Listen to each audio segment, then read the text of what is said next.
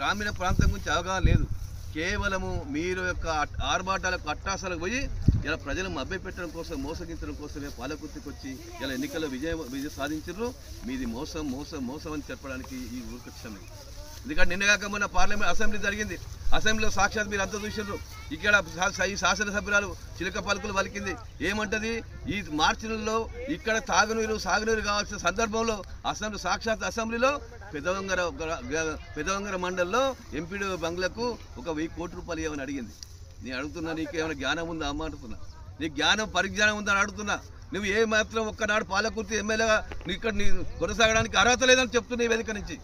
ఇలా మార్చిన మాసంలో రైతులకు సాగునీరు కావాలి, ప్రజలకు అది అడిగేది ఇచ్చిపెట్టి నువ్వు స్క్రిప్ట్ ఇతరులు రాసిన స్క్రిప్ట్తోని ఇలా అసెంబ్లీలో సాక్షాత్ నిండు అసెంబ్లీలో సిగ్గు శరం లేకుండా ఇలా కోటి రూపాయల భవనం అని అడుగుతున్నావు అంటే నీకు ఇక్కడ పరిపాలించే అర్హత లేదు.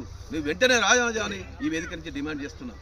ఇలా నువ్వు ఇక్కడ ఈ ప్రజలకు సాయం చేస్తున్నావు. నువ్వు ప్రభుత్వం అవసరం లేదు, నువ్వే ధనవంతురాన్ని అత్త నువ్వు చెప్పుకున్నారు. నువ్వు ఆగర్భ శ్రీమంతురాలని చెప్పుకొని ఓట్లు కట్టించినావు, మోసము మాటలతో ఓట్లు కట్టించినావు.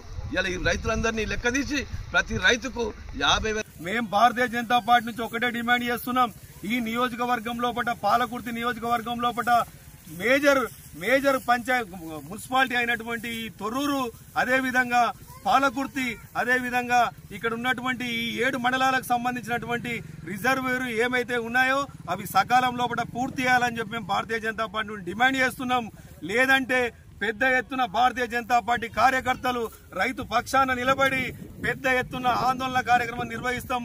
తర్వాత జరిగే మిగతా వాటికి ఏదన్నా జరగరాని విషయం జరిగితే దానికి బాధ్యత ఈ కాంగ్రెస్ పార్టీ, ఈ రాష్ట్ర ప్రభుత్వమే వహించాలని చెప్పి ఈ సందర్భంగా నేను గుర్తు చేస్తూ, మేము ఒక్కటే ప్రధానమైనటువంటి డిమాండ్, ఈ పాలకుర్తి నియోజకవర్గంలో ఉన్నటువంటి రిజర్వాయర్లు చెన్నూరు కావచ్చు, పాలకుర్తి కావచ్చు, వెంటనే యుద్ధ ప్రాతిపదికన నిధులు కేటాయించి పూర్తి చేయాలి. ఏదైతే ఈ కాంట్రాక్టర్ ఉన్నాడో మరి వారు స్వలాభం కోసం వారి యొక్క కక్కుర్తికి ఆశపడి ఈ రోజు ఆ పనులు నడవకుండా చేస్తున్నారు. వారి మీద చర్య తీసుకోవాలి.